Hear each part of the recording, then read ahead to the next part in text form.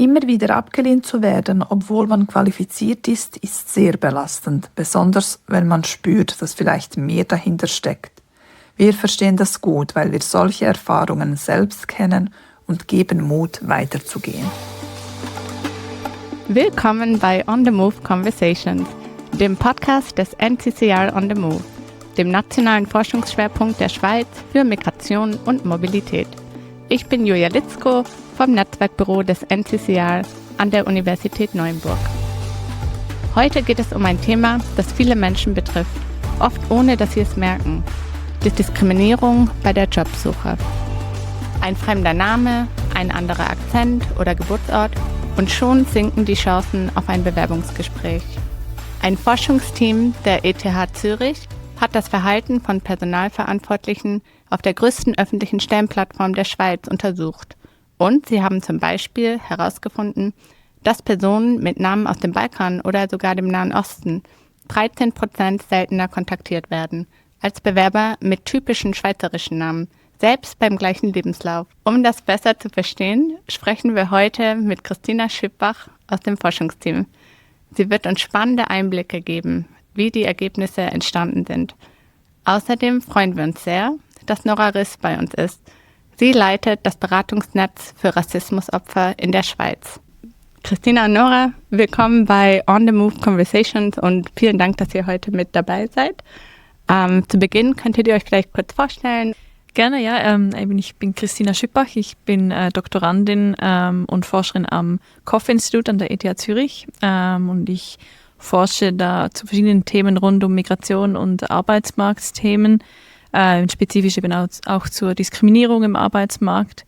Ich glaube, ich habe mich schon lange oder immer für die Frage interessiert, ja, weshalb gibt es Ungleichheit oder was kann man vor allem dagegen tun, dass es weniger Ungleichheit in der Gesellschaft, in der Welt gibt. Und Diskriminierung ist einfach eine Form, wie sich Ungleichheit äußert oder eine Folge davon. Ich bin Nora Riss, ich bin Juristin und leite das Beratungsnetz für Rassismusopfer. Das Beratungsnetz ist so ein Netzwerk, in dem eigentlich alle Beratungsstellen der Schweiz, die Opfer von rassistischer Diskriminierung beraten, zusammengeschlossen sind. Und ich mache so die Fallstatistik von den Beratungsfällen, Weiterbildung, Rückberatung für die Beratungsstellen und mache noch Öffentlichkeitsarbeit zum Thema. Vielleicht wichtig in dem Kontext, ich bin selbst nicht von Rassismus betroffen. Ich habe aber lange im Asylbereich gearbeitet als Juristin und habe einfach gemerkt, dass Rassismus ein Thema ist, das immer so mitschwingt. Also man hat diese strukturelle Ungleichheit, die man im Asylsystem sehr stark sieht, die man im Migrationsrecht sehr stark sieht und meiner Meinung nach ist Rassismus immer ein großer Teil davon. Christina, vielleicht können wir gleich noch direkt mit deinem Forschungsprojekt weitermachen. Ihr forscht zum Thema Diskriminierung. Und ich glaube, viele fragen sich dann sicher, wie kann man so ein schwer greifbares Thema überhaupt erforschen? Ja, ich glaube, das ist eine sehr wichtige Frage, weil eben wir hören sicher immer wieder im Alltag, sei es in der Zeitung oder von Bekannten, dass sie das Gefühl haben oder dass sie von Diskriminierung betroffen waren. Und aus der individuellen Perspektive heraus ist Diskriminierung immer sehr schwierig fassbar, weil es außer in Einzelfällen eben oft nicht so klar ist, was da gerade passiert. In der Forschung oder in unserer Forschung geht es unter anderem darum, diese versteckten Muster, diese Einzelfälle versuchen sichtbar zu machen und ein Muster zu erkennen.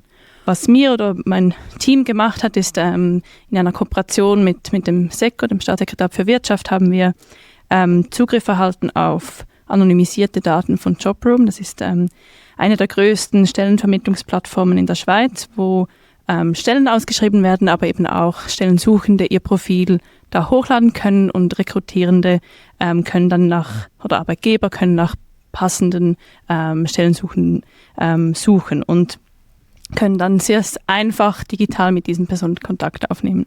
Wie wir dann vorgegangen sind, ist, dass wir dank diesen anonymisierten Daten sehr genau sehen, was die Rekrutierenden da machen auf der Webseite, welche Profile sie sich anschauen und welche sie dann auch kontaktieren. Und wir haben deshalb Millionen von wirklich realen Entscheidungen im Arbeitsmarkt, in der Rekrutierung von Personen.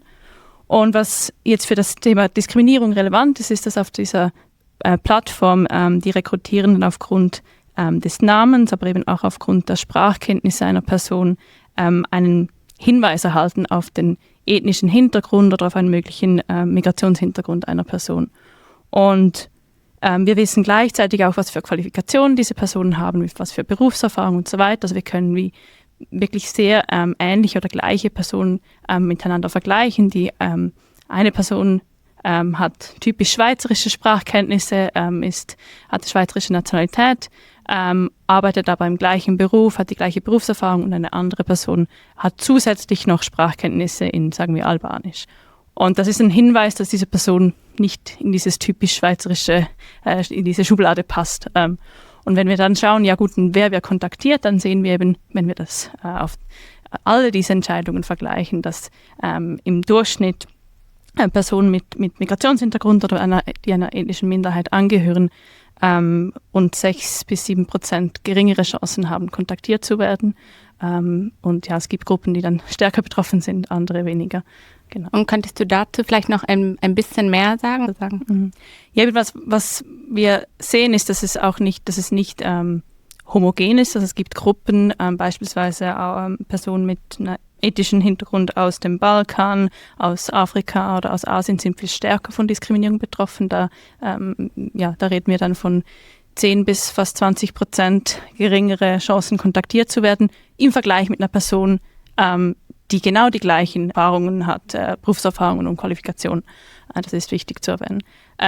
Was wir auch sehen, und das finde ich sehr interessant, ist, dass sich die Diskriminierung auch über den Tagesverlauf verändert. Also dass diese Personen, die da auf dieser Webseite rekrutieren, kurz vor dem Mittag oder kurz vor dem Feierabend deutlich stärker diskriminieren als zu Beginn des Tages oder nach dem Mittag. Und wir interpretieren das so, dass es zumindest zu einem Teil eben auch unbewusste Vorurteile, Stereotypen sind, die dazu zum Tragen kommen. Und die kommen vor allem dann zum Tragen, wenn die Leute weniger aufmerksam sind, wenn sie vielleicht nicht mehr so viel Zeit haben.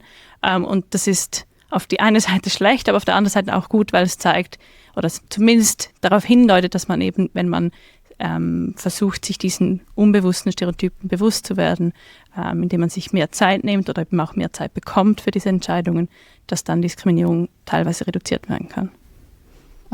Und bei dir, Nora, die Fachstellen in dem Beratungsnetz, in dem du arbeitest, begleiten ja tagtäglich Menschen, die Diskriminierung erlebt haben.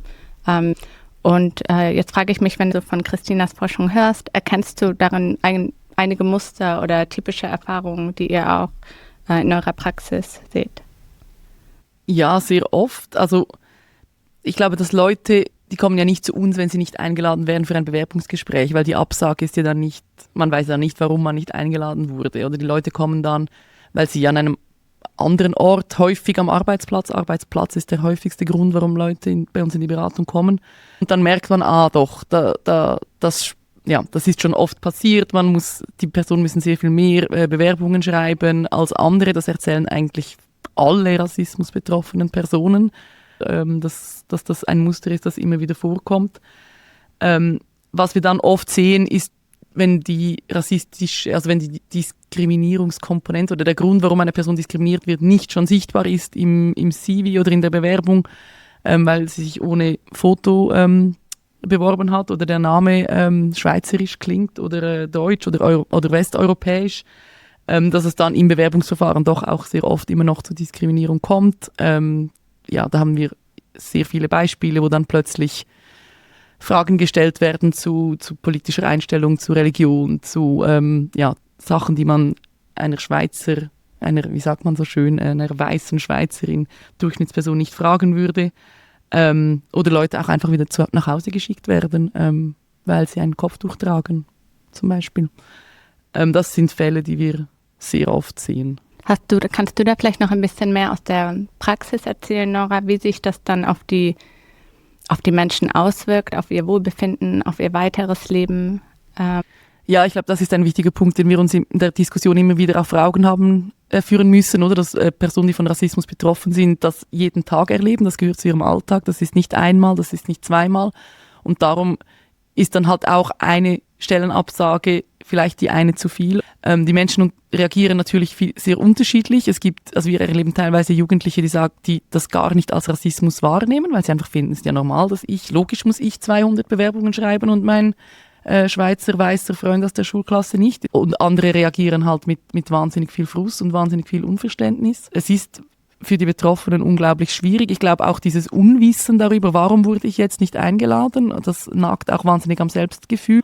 Und ich glaube, was an dieser Stelle auch erwähnt werden muss, oder es gibt auch sehr viele Personen, die von Mehrfachdiskriminierung betroffen sind oder die vielleicht schon nicht so eine gute Ausbildung haben, die vielleicht im Niedriglohnsektor arbeiten, die vielleicht einen unsicheren Aufenthaltsstatus haben. In der Schweiz heißt ein unsicherer Aufenthaltsstatus eigentlich einfach kein Schweizer Pass, weil sobald man arbeitslos ist und länger arbeitslos ist, ist der Aufenthaltsstatus immer gefährdet.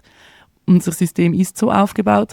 Und wenn dann halt noch dazu kommt, dass man es so viel schwerer hat bei der Jobsuche, dann führt das ganz, ganz schnell zu einer völlig existenziellen Krise, weil dann geht es wirklich darum, kann ich hier bei meiner Familie bleiben oder nicht.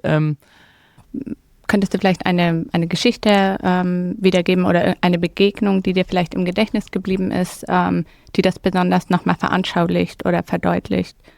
Ja, also ich glaube, gerade diese Mehrfachdiskriminierung habe ich vorher oft erlebt in der Beratung, als ich noch im Migrationsrecht gearbeitet habe. Das sind häufig Personen, die mehrere Jobs gearbeitet haben, die häufig körperlich sehr belastende Arbeiten gemacht haben, von Baustelle, Küche, Reinigung.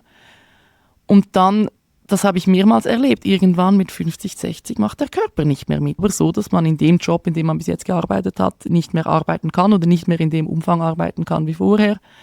Man kriegt daher auch keine IV, sondern die IV oder sagt dann, ja, du kannst arbeiten, aber halt woanders.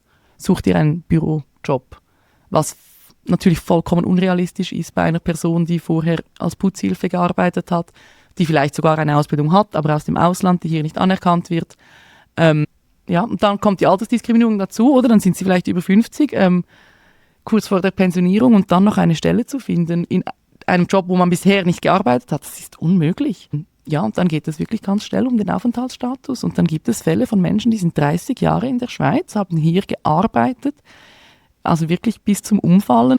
Und da habe ich Fälle erlebt, wo die Kinder ihre Mutter unterstützt haben und damit die nicht auf die Sozialhilfe gehen muss, damit sie nicht die Schweiz verlassen muss am Schluss. Ja, und ich glaube, da zeigt sich, dass Diskriminierung eben wirklich auch absolut lebensexistenziell bedrohend sein kann für Menschen.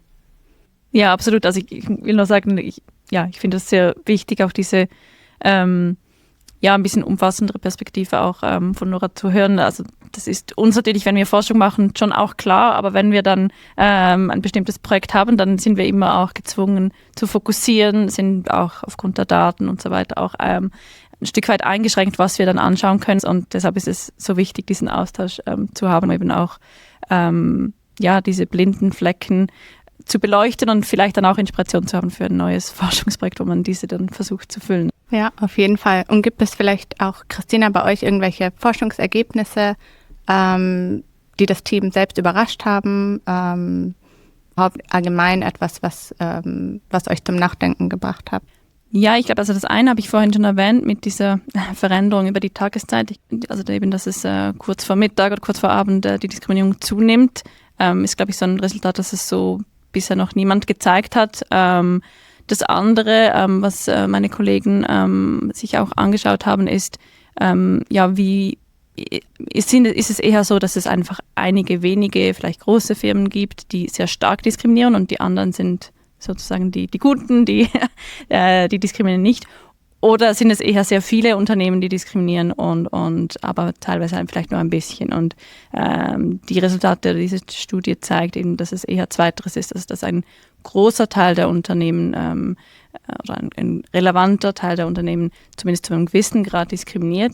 Und das kann man negativ oder positiv sehen. Also wenn man nicht immer diskriminiert, gibt es doch irgendwo einen Spielraum, zu sagen, okay, ihr müsst noch genauer hinschauen. Es scheint ja nicht der Fall zu sein, dass ihr generell nur eine Gruppe einstellen wollt.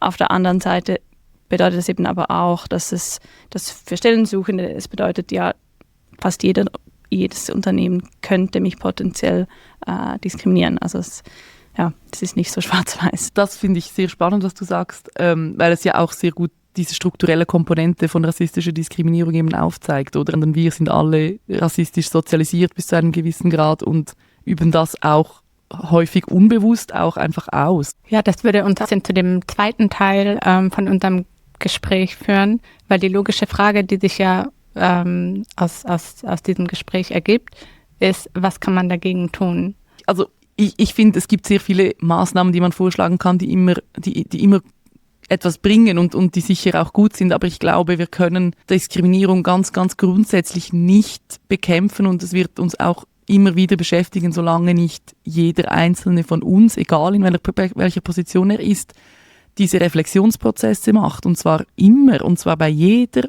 Begegnung, die man hat, oder immer reflektieren, das immer im Hinterkopf behalten. Und das ist nicht eine sehr angenehme Arbeit für uns weiße Personen aus der Mehrheitsgesellschaft, aber ohne das wird es uns immer wieder einholen. Also ich finde auch, das meistdiskutierte, das kommt bei eurer Forschung sicher raus in diese anonymisierten Bewerbungen. Das ist ja sicher etwas, das dann helfen kann im Einzelfall. Aber ich glaube, so diese Reflexionsarbeit, die wir leisten müssen, die geht dadurch einfach nicht weg. Die muss einfach sein. Und die muss gerade bei Personen, die in Machtpositionen sind, sei das Menschen, die Arbeitgebende, sei das eine Polizei, seien das LehrerInnen, da ist die halt besonders wichtig. Und dazu braucht es einfach viel Arbeit und viel Sensibilisierung und viel wiederkehrende Arbeit auch. Oder das ist wie nicht in einem Mal getan. Ja, also das sehe ich sehr ähnlich. Ich glaube eben, dass das Grundproblem sind diese rassistischen Stereotypen und andere Stereotypen, Vorurteile, die wir alle haben und die man hinterfragen und immer wieder reflektieren muss. Das ist so. Trotzdem glaube ich schon, dass man eben auch mit kleinen Maßnahmen was bewirken kann, sei es einerseits direkt, eben indem zum Beispiel mit anonymisierten Bewerbungen dann auch mal jemand eingeladen wird, der sonst aussortiert worden wäre und dann eben vielleicht im direkten Gespräch zeigen kann, dass diese Vorurteile unbegründet sind. Und also ich glaube, das ist ja das eine und das andere, eben, dass dadurch dann auch neue Erfahrungen gemacht werden können und so die Vorurteile auch so verändert oder abgeschafft werden können. Nichtsdestotrotz braucht es dazu, auch damit man eben solche Prozesse überhaupt verändert, eben die Auseinandersetzungen damit, dass es Diskriminierung gibt und sich dann eben die Frage zu stellen, okay, was können wir in unseren Prozessen tun, um das zu verbessern jetzt? Und dazu gehört beispielsweise, dass man explizit verlangt, dass keine Fotos aus dem Lebenslauf drauf sind oder dass, wenn große Unternehmen, die vielleicht eine Bewerbungsplattform haben, dass sie Nationalität beispielsweise, dass es da kein Feld dafür gibt oder nur, wenn es absolut notwendig ist oder vielleicht eben eher nach dem Aufenthaltsstatus fragen, weil das dann eher noch relevant ist für die Arbeitserlaubnis, oder? Und das sind quasi so ein paar konkrete Empfehlungen, die ihr auch aus eurer Forschung ableitet? Ja, durchaus. Also ich meine, das Direkte, das Direkteste aus unserer Forschung bezieht sich auf diese Plattform Jobroom und da gab es auch gewisse Veränderungen, jetzt schon seit diese Studie publiziert wurde. Da wurde vorher, wurden eben auch die Sprachkenntnisse größer angezeigt oder weiter oben und auch die Nationalität wird nicht mehr, oder der Name wird nicht mehr so präsent angezeigt und das ist eine Möglichkeit, wo jetzt nicht nur das SECO oder die öffentliche Stellenvermittlung, aber auch andere Plattformanbieter natürlich die Möglichkeit haben, das besser oder schlechter zu machen. Das ist dann die Verantwortung der Plattformanbieter, etwas zu ändern. Ich meine, eine weitere mögliche Empfehlung, die wir auch aus unserer Studie ableiten können, ist natürlich an die Stellensuchenden selbst, dass sie solche, beispielsweise die Nationalität oder Sprachkenntnisse, die für den Job nicht relevant sind, nicht angeben. Ich bin immer ein bisschen vorsichtig, das zu empfehlen. Was passieren muss, ist eben eher auf der Ebene der Arbeitgeber und der Gesamtgesellschaft und nicht bei den Stellensuchenden, auch wenn sie natürlich eben auch Optionen haben und das ist ja auch gut, wenn man die nutzt, wenn man das möchte. Also das zeigt ja auch wieder sehr schön, oder, dass es braucht halt eine Änderung der Firmenkultur bis zu einem gewissen Grad, oder man muss sich aktiv diese Fragen stellen, nach was suchen wir, was ist relevant für uns, und gerade das Sprachbeispiel zeigt ja einfach auch, ich würde mit Handkuss jemanden nehmen, der Ukrainisch spricht, also für die Beratung vor allem, aber ich finde so, wir verkennen ja auch völlig, dass Menschen, die in die Schweiz migriert sind, die sind auch Kundinnen, die sind PatientInnen oder also in sehr vielen Berufen ist es doch mega toll, wenn da jemand ist, der Albanisch kann. Und ich finde das gerade in der Deutschschweiz manchmal so lustig, wenn ich mit Arbeitgeberinnen spreche, die dann sagen, ja, diese Sprachen bringen uns halt nichts und dann verlangen sie Französisch in einem kleinen Dorf. Und ich denke, braucht die Immobilienverwalterin, die da arbeitet, jetzt Französisch oder ist Albanisch nicht vielleicht ein bisschen hilfreicher im Alltag? Ich weiß es nicht, aber das denke ich wirklich, es braucht diese aktive Änderung im Moment ein bisschen gegen den Strom, weil ja viele große Firmen so nicht mehr die Diversity-Programme eher am Abbauen als am Aufbauen sind, aber ohne das wird es einfach nicht gehen, weil es sind immer aktive Entscheidungen, die man treffen muss, um unbewusste Entscheidungen, die man trifft, zu unterbinden oder zu reflektieren, oder?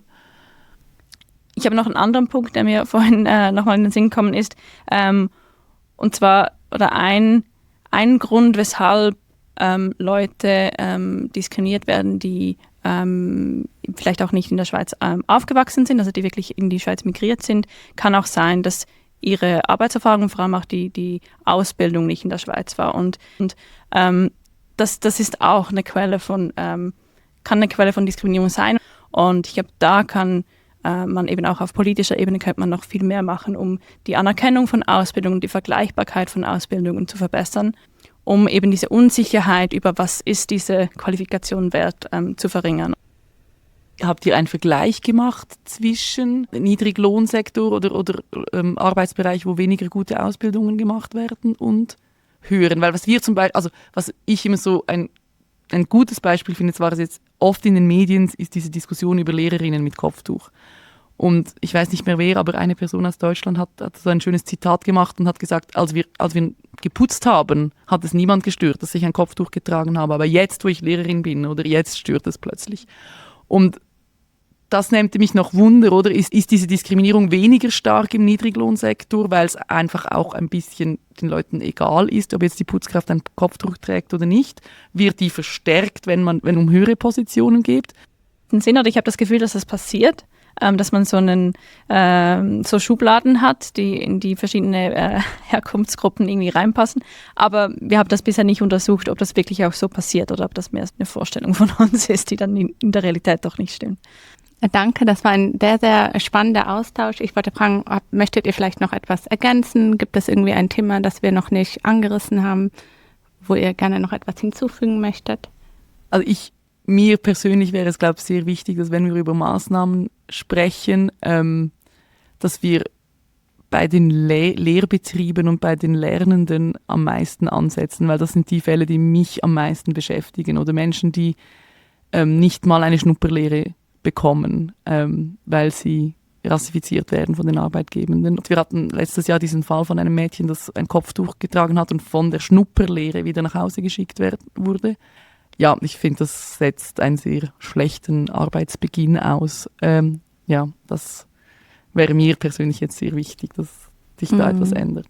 Wolltest du noch etwas hinzufügen, Christina? Das Einzige, was mir jetzt eben noch in den Sinn gekommen ist halt, das kann für Arbeitgeber ja auch eine Chance sein, sich mehr zu öffnen und zu merken, hey, eigentlich mit diverseren Teams können wir auch unsere Arbeit vielleicht auch besser machen oder diverser machen. Klar, das soll nicht jetzt die einzige Motivation sein, etwas zu ändern, aber gerade wenn wir von Fachkräftemangel sprechen und wenn Arbeitgeber Mühe haben, Leute zu finden, dann kann es eben auch unter anderem helfen, die eigenen Vorurteile zu hinterfragen und zu überlegen, wären diese Personen nicht eben doch auch geeignet, dass da die Unternehmen eben auch in ihre Mitarbeiter investieren und sich öffnen. Das finde ich gut, dass das auch vielleicht nicht abschreckend sein sollte für Arbeitnehmer, sich mit dem Thema auseinanderzusetzen, sondern dass es auch eine positive Chance sein kann für sie. Das finde ich eine sehr gute Botschaft. Ein großes Dankeschön nochmal an unsere Gäste, Christina Schipper und Nora Riss. Ich bin Julia Litzko und das war On the Move Conversations vom NCCR On the Move. Weitere Informationen über die Forschung, das NCCR On the Move Netzwerk und das Beratungsnetz für Rassismusopfer finden Sie in den Shownotes.